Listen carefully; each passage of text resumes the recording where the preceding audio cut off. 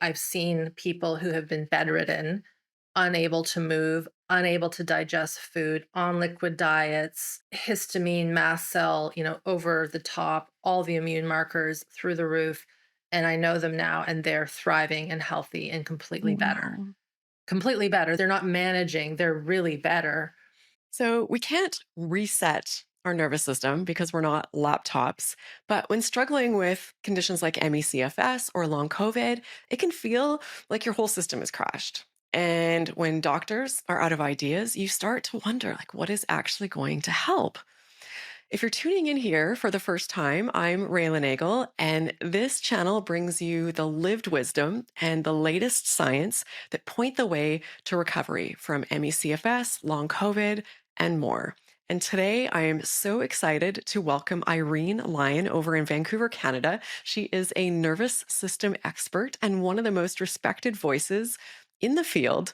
Irene has a gift for making complex information easy for all of us to understand and apply. And she's also walked the talk, turning her own recovery and health journey into a global mission, supporting over 25,000 people so far in counting in over 90 countries to heal chronic symptoms by working with the nervous system and beyond.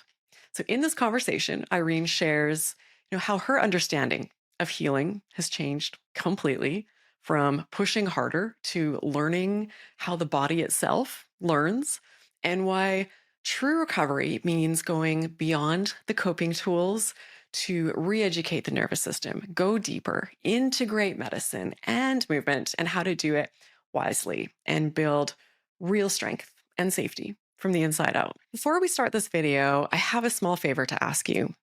The percentage of viewers who subscribe keeps dropping. And the bigger the channel gets, as you've seen, the bigger the guests get. So if you haven't already subscribed, I ask you to consider doing so. Thank you and enjoy this episode. Irene, so exciting to have you here. Thank you for Right. doing this. No problem, Raylan. It's good to finally meet you. I know this took a couple tries to get us on, but here we are. We are. Yeah. And then we had some difficulties today that were entirely my fault as well. So All you've been good. very patient with everything. Thank you so much. Okay, so many great things to dive into in this Yeah. conversation. Practical things, insights to help people who are navigating their journeys. But I Mhm. know that, like many people who now work professionally supporting others, you've had a personal journey with this as well, with your health that, Mhm. impacted, the way you approach the work you're doing now. Mhm. And I understand there were a couple really like game-changing moments and insights Mhm. that completely changed your understanding of health and healing, despite your, vast professional background. So I'm sure many people who follow you are aware of this, but some of my subscribers might not be. So could you tell us a bit about that? Yeah.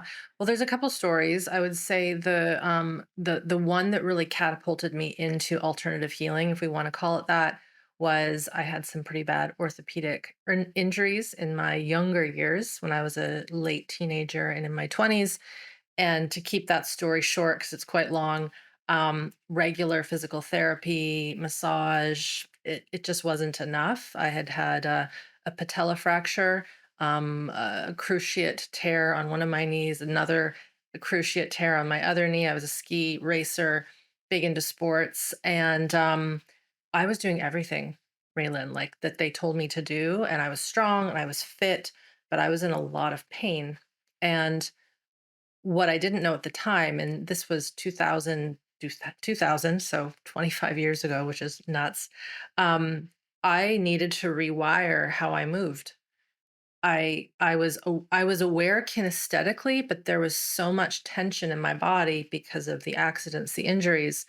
So this is what led me into learning the Feldenkrais method, which is not really, in my opinion, as well known as it should be, because it's so powerful of a method and a way of relearning how to be in your body. But it completely changed my life. Um, my body that was once in pain and tightness 4 weeks later, and I really committed to doing this work, was completely different. Everything was light and easy. I could move freely, and it was a real like, holy cow, I need to learn this. So fast forward to '07, I then was trained to be a Feldenkrais teacher, a practitioner. And bearing in mind, at this point, I had already had 2 degrees in, we call it kinesiology here in Canada, which is exercise science in the States. I have a research degree in biomedical science, health science. I did research with human subjects at a university.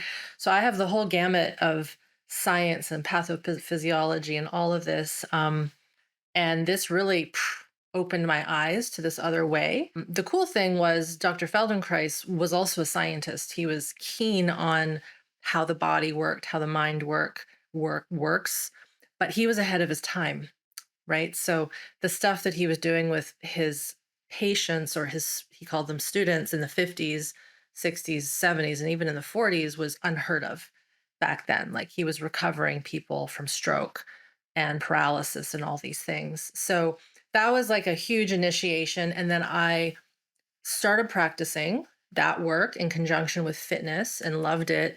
But then this is where the world of trauma and the nervous system came in. I was working with clients, doing Feldenkrais work with them. They were very committed. And for whatever reason, the stuff that helped me wasn't helping them.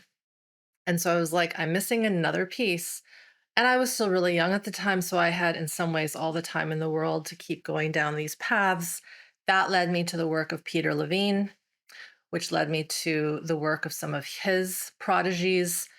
And that led me to understand chronic illness, mental illness, autoimmune, all the things that you talk about and teach in your world. And while I, at the time, wasn't struggling with any of those chronic symptoms or syndromes, the people that I was working with, they were. Interestingly enough, as I started to do this work in my mid 30s, and I mean, I'm turning 50 soon, so it's been 15 years in the trauma world, Peter Levine world, we call it the new traumatology world.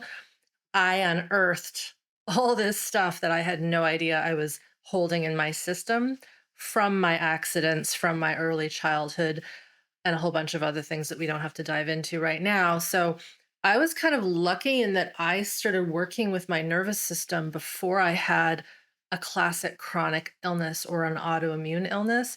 I can almost guarantee that if I hadn't have got into this work in my early 30s, and really, if I'm more honest, my early 40s, I probably would be in this moment bedridden, chronic pain, every, diagnosis under the sun. I'm pretty certain I would be, because as I've gone through this healing journey with the nervous system and getting into, we would call it the fluid traumas that I had. We can talk about that if you want. I've kind of released these things piecemeal. But when I really look at them, I'm like, this would have been diagnosed as rheumatoid arthritis. This would have been diagnosed as lupus. This would have been diagnosed as a neurodegenerative condition and it just was really interesting for me to recently look at this and go, oh, yeah, if it wasn't for getting into this early when I did, I would be in a completely different state in my mid years. So that's a short story of Yeah. 20s to 30s to 40s and now going into my 50s, still working on stuff. I'm not you know home free of all these things, but I have a very different lens of how I feel symptoms work with my body. I don't kill it the way that I used to in my 20s with harsh therapies and that kind of thing. So it's been an interesting path. It's always so fascinating for me to meet healthcare professionals like yourself who, through their own personal journeys, discovered or exposed gaps in the conventional Yes. medical system and the healthcare system in the way that we are approaching things. Yeah. And then from that, it's unfortunate that you have to then go and seek out your own answers. Yeah. But then the incredible silver lining of that is now all the people that you work with benefit from all that you've learned because of all that you've been through. I imagine you've seen and helped a ton of people as a result of what your journey has forced you essentially to learn. For sure. I think too, the part that I like to highlight, because right now there's sort of this strange polarization where people, don't listen to any of those people, or but do listen to these Yeah. people, like all this stuff that's occurred over the last sort of 6 years or so. And I mean, if it wasn't for medicine and say surgery, I wouldn't be able to walk. I would probably have an Mm. amputation of my leg because my knee was so damaged. I have science degrees. I'm very proud of them. And it was because of the understanding of anatomy and physiology and pathophysiology that I was able to go as far as I could in the mind body practices like Feldenkrais and in the trauma healing somatic elements, because we're still working with the physiology. And I see colleagues who don't have that training in physiology and anatomy and Yeah. understanding things like cardio output and how blood pressure works, like they do struggle a little bit more because it's not baked in their system from theory training. And so I've been really thinking about this because I see a lot of people just pissing on on science and biology, Mhm. and it's like, no, there's some good stuff there. Now, would I prescribe pharmaceuticals for every single pain that a person has? Absolutely not. But if I break my leg, knock on wood, I'm going to want that morphine probably to take Yeah. away the pain, right? So I think there's this element of, and like we need to look at all of the pieces, Yeah. and the best teachers I've had have had so much experience. They're not just steeped in one methodology. Just like medicine, I always use this comparison. It's one of my favorite ones. Medicine isn't just one thing, it's all these different fields of study, understanding things from very different angles. And right now, in the somatic trauma healing world, people are really in their camps. And in order to really work with our bodies, from my experience, you need multiple methodologies. So I kind of like to see myself as a general practitioner of the healing somatic arts and sciences, just like a good old fashioned general practitioner doctor who understands all the systems and also brings in stress reduction and nutrition and exercise. They're great. That would be a great GP. That old Yeah. school, little town GP that really Yeah. does help Did people. did it all. Yeah.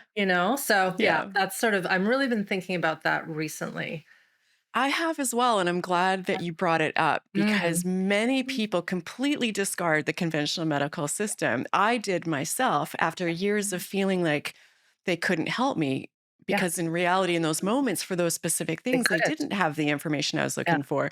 So then I just completely wrote them off for everything. And then I realized that I was yeah. unnecessarily suffering Hmm. with issues in my body that they could Hmm. have quickly remedied. So Yep. I'm really working to, and that's why I'm glad you brought this up to put out that message. Like Yeah.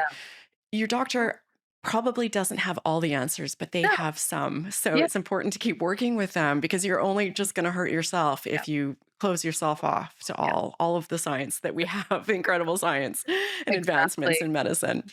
Yeah. But I do know that you've argued just overall that you're seeing that the wellness industry Mhm. is collapsing. So Yeah. I'd love to hear, what are you seeing that's making you think this? And what do you Mhm. think needs to happen to shift that? Is that even possible? I hope it is. Yeah, I mean, back in 2016, I wrote an article that got a lot of bad commentary.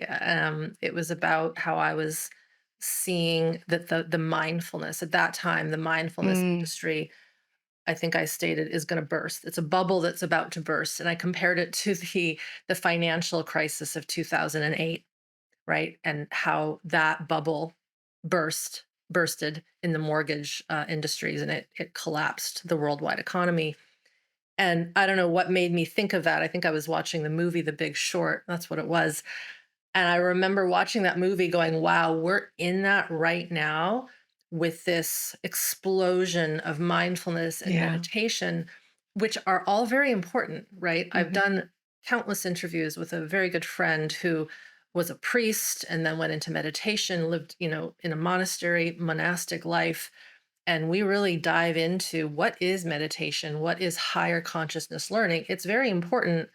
But if you are living in a state of survival stress with a ton of stored trauma, a lot of those meditative practices, and I'm being very general here for the sake of this, they're, from what I see, it's a person trying to force themselves to not have thoughts. They're not in their body. They're not really in a meditative state. It's a will-powered structure for a lot of folks when they do what they think is mind body work. And because of my work in fitness and then Feldenkrais, mind body, and then into the trauma worlds, an early trauma world, which is so important because pre-verbal trauma, we don't know it in our brain. It's in our tissues, it's in our physiology. And so a lot of people are walking around doing what I would call coping and management practices and tools, which are keeping them alive and are keeping Mm, them from, beating their kids and putting food on the mhm. table, which is important. But under that, there's this other element of dysregulation, if we call it that, that needs to be addressed. And if we think about medicine, you can feed someone the best food in the world, have the best water coming out of your taps, the best natural light, all the good things. But if there is a low level infection in a person because of malaria that they picked up when they were, let's say, 12, that has to be addressed because that is creating havoc in the system. And so, if we think of this mindfulness bubble that I've seen bursted, because recently Mm. we shared that article and it got a completely different commentary Wow. because 8 or so years had passed and people are now on the other side of that 8 or so years Mm. going, you're right. I'm still not better with all this mindfulness work, with all this breath work, with Yeah. all of this positive thinking work, positive psychology work, even hypnotherapy, which is a wonderful art and science. I have a really good friend who's a hypnotherapist, and I've done it myself. If you don't know how to be with your internal sensations Yeah. and the survival physiology, you can put your mind into a bypass, right? We would call it spiritual bypass. I also would call it somatic bypass, where you're bypassing the body and you think that you're better because your mind is more calm, but your internal system is still screaming bloody murder, right? Yeah. So I would say that is it collapsing? I don't know. I think it needs to have a restructure and it needs a different direction. And as we mentioned previously, there's a time and a place for everything. And some people might need some mind-based work before they get into nervous system work. Nervous system work, to the level I teach it and do with my students, is not a walk in the park. You're asking someone to go to some of their deepest, scariest terrors Yeah. and fears and horrors in a titrated, slow way. But when that stuff comes up, you're seeing stuff that you blocked out of your, not just your memory, but your body, for some people, decades, right? And so you have to prepare the system to be able to take up and sense and feel and process, and in some cases, taste the yucky stuff that got, buried inside. And that's the part that's a little less sexy because it's A it's lot. a lot, and it's like you're doing surgery with yourself, going Yeah. into stuff that you hid for real good reason. So, for people who are navigating the wellness space, the healthcare Yeah. system right now, Yeah.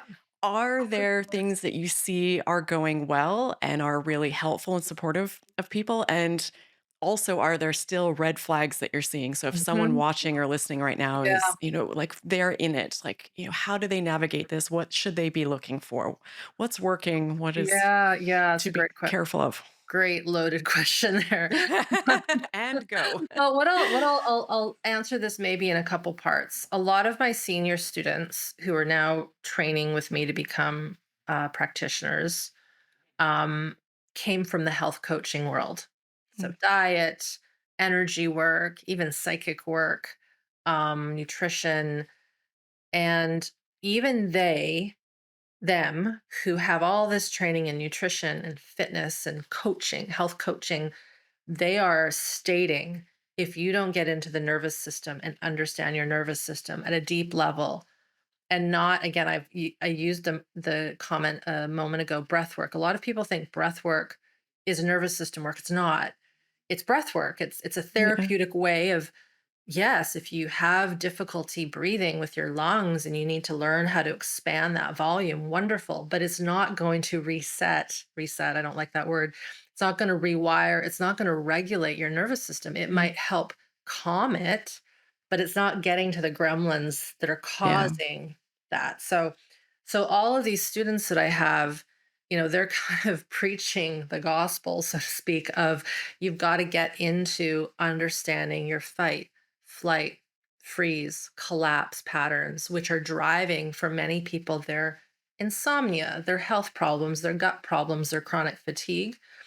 I would also say that, again, some people aren't ready to begin that. And so this is where we would call it a titrated approach, which is like small little steps. If you are working with someone in the wellness industry, a coach, a healer, a nutritionist, you want to make sure the changes that you put into the system are slow so that the system can integrate what's happening. So that's number I one. like that. The second thing that's a bit more hot topic these days, and you probably know this, the importance of circadian health and just the artificial aspects of our living environment, blue light, these computers, cell phones, radiation, being around electricity all the time, not being outside enough. That I think is very promising to me because a lot of those practices are just natural, right? It's the way our Mhm. ancestors, the way my grandparents were, outside on the farm, up with the sun, asleep, early, eating based on what's available in your area, not eating pineapples in the winter if you live in Canada, those sorts of things.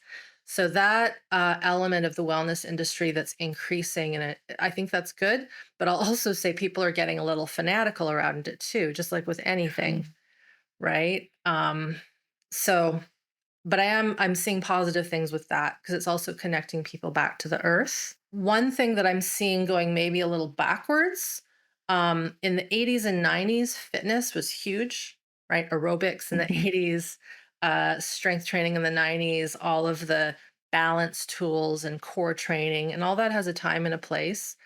But what I've seen as more people get into the nervous system work is they're swinging away from high intensity exercise. I don't know why, and I'm generalizing, but I think what's occurring is people are over self-soothing and over resourcing into I just have to chill out.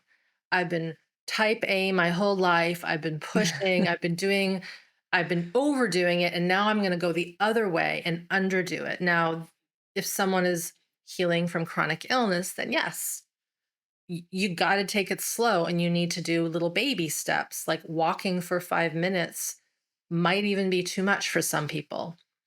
But we also have to say, because this is pretty conclusive research, you need to have high aerobic capacity. Our, Yeah. our muscles, our bones need to be strong. We need to maintain that. We know through the research that healthy longevity requires fitness. You don't have to be Arnold Schwarzenegger or anything like that, but you need to maintain muscle mass Yeah. and build it, if anything. So what I'm seeing is it's like people are forgetting about that important thing, but we still need it. And so with my students in my training, I'm very diligent at ensuring that they're not dropping the importance of physical fitness and physical activity as well. I think people are getting really into like dance, ecstatic dance and movement and intuitive movement. And again, those are great, but it's Yeah. not it's not going to get your heart rate up and improve your cardiorespiratory capacity. So I hope that makes sense. It's one thing that often people don't talk about, but I see it getting missed Yeah. in a lot of health coaching that's very mind based and very somatic based. Yeah. Yeah. It's interesting you bring that up because I just recorded a video for my channel members, and I always share a bit Okay. of an update from my life.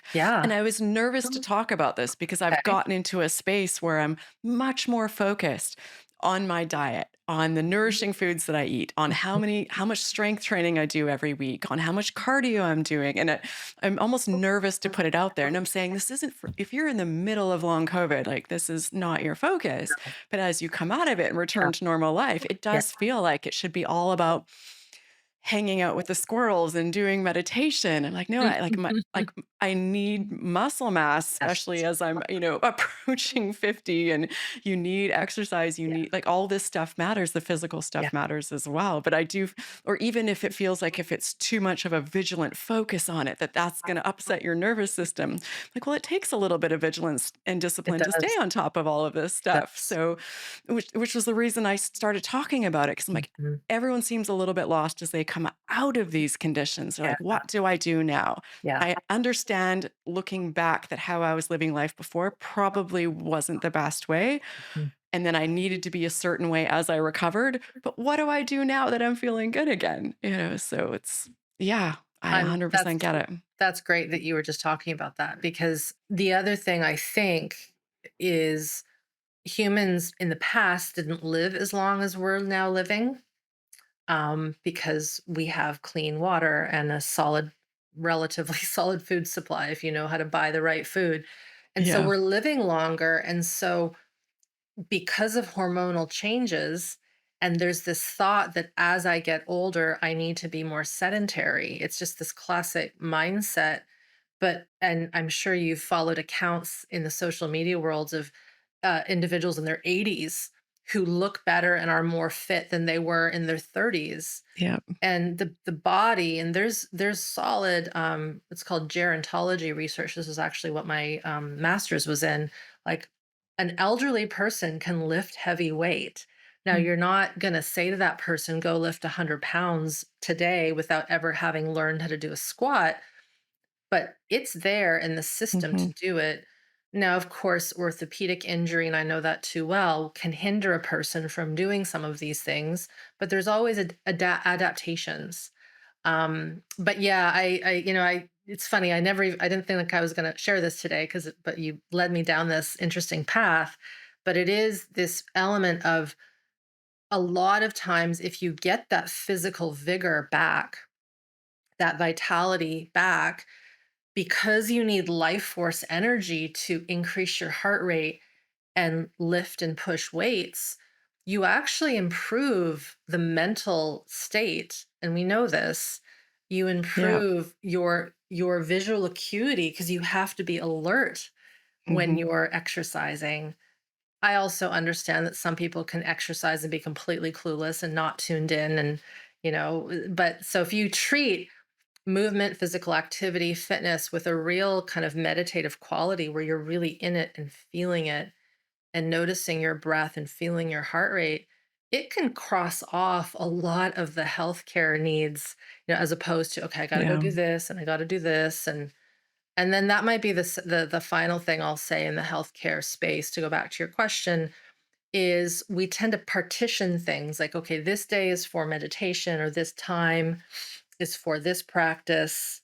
I only do this in this state. I wait till I have lots of space to do this or that.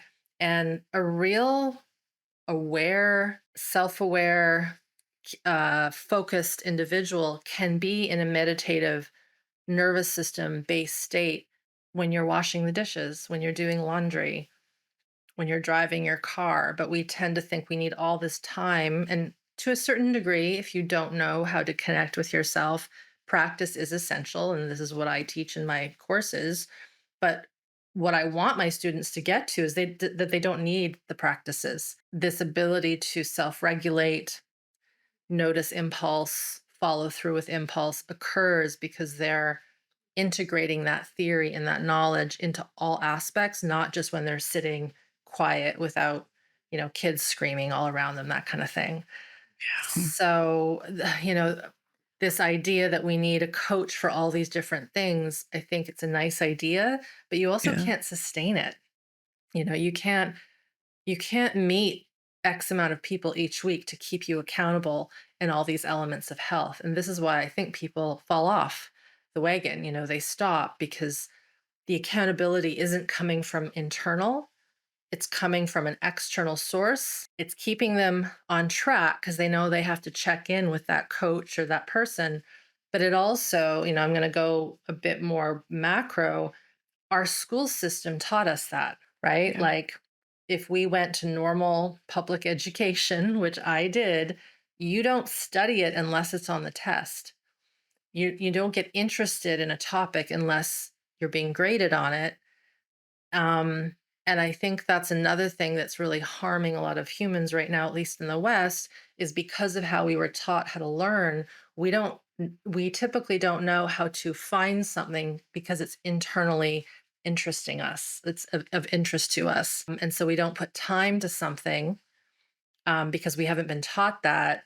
And then often what occurs, and I've seen, is people typically don't look for help until they hit rock bottom, Yeah. right? And then they're interested and keen to learn as much as they can. So this is sort of a trend I've seen. And in my students, those who really show up and want to change the way they think and the way they relate to their learning and their human experience, those are the ones that have incredible shifts in their nervous system because we're not just giving them a treatment plan or a management strategy. We're rewriting how they connect with themselves and the world. And that started from conception, essentially, you know?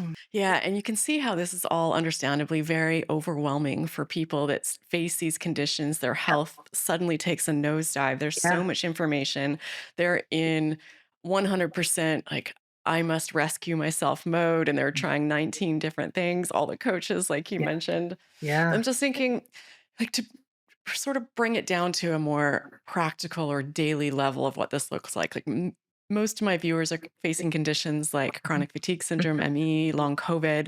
They're full of all of these symptoms, these Mhm. scary symptoms that they'd never had before. The symptoms are changing, they're moving around. Some days they're severe, other days they're more mild. They're trying to figure out the connection to what's causing them, and there doesn't seem to be much until they get to this place where they're just scared to do anything because everything they do or eat or think seems to Yeah. make them feel worse. Yeah. So, if they came to you and started working with you in this state, like where do you start? Mhm. Like how do you simplify this, and how do you do the nervous system work with people who are going through this? Yeah, I would say first off that those individuals, like those with living with those conditions that you just mentioned, are probably the bulk of those that go through my programs. And when I Mm, was in private practice, saw those individuals. And so I'll also say I've seen people who have been bedridden, unable to move, unable to digest food, on liquid diets, histamine, mast cell, over the top, all the immune markers through the roof. And I know them now and they're thriving and healthy and completely better. wow. Completely better. There isn't this, they're not managing, they're really better. Yeah. And so the first thing is a person has to want to get better. I know that seems kind of trite, but it's true. Like there has to be a deep desire to get better because I have also seen some not get better because they're attached to their diagnoses, to the way their family, friends, and the world sees them. And this might trigger some folks, and that's okay. But like they know their life with this illness, Hmm. and to move away from that is scary. So Yeah. it's okay if it's scary, but the question always is, do you really want to get better? If you do, wonderful. Yeah. So then the next thing is Yeah. education.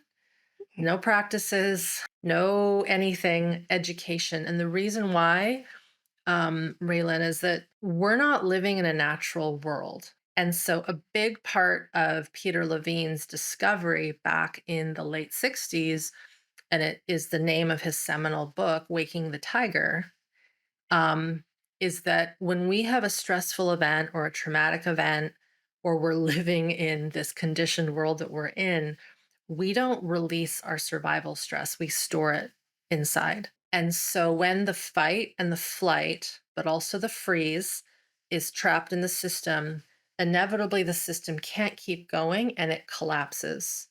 We would call this, to use a fancy jargony term, the high tone dorsal of the parasympathetic. So everybody thinks the parasympathetic is this beautiful rest digest thing, and it is, but it's also the thing that puts us into a chronic illness, into shutdown.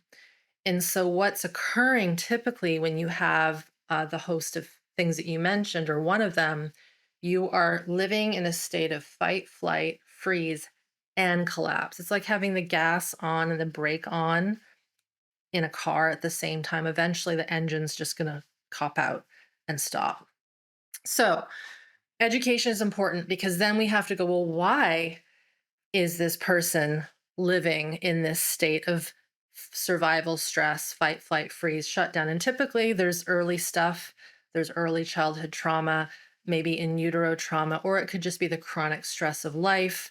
It could be a big accident. So, one of the things that is very common when folks get a more chronic illness diagnosis is they were living life pretty okay, usually high achievers. I'm being general here. And then they have a car accident, or they lose a family member, or they have a divorce, or they go to grad school. It's really stressful. Something happens, or childbirth. This is one that I'm seeing more and more. Mm. The system was already maxed out with so much stored stuff. And then this event comes in and everything just breaks apart. And so this is a common thing that I hear. And so the education is really important, not just what I just said, but understanding why, when the system is trapped in that, this is why the immune system stops working. This is why the gut stops working. This is why the blood pressure flips flops and how we would see, say, POTS or long COVID.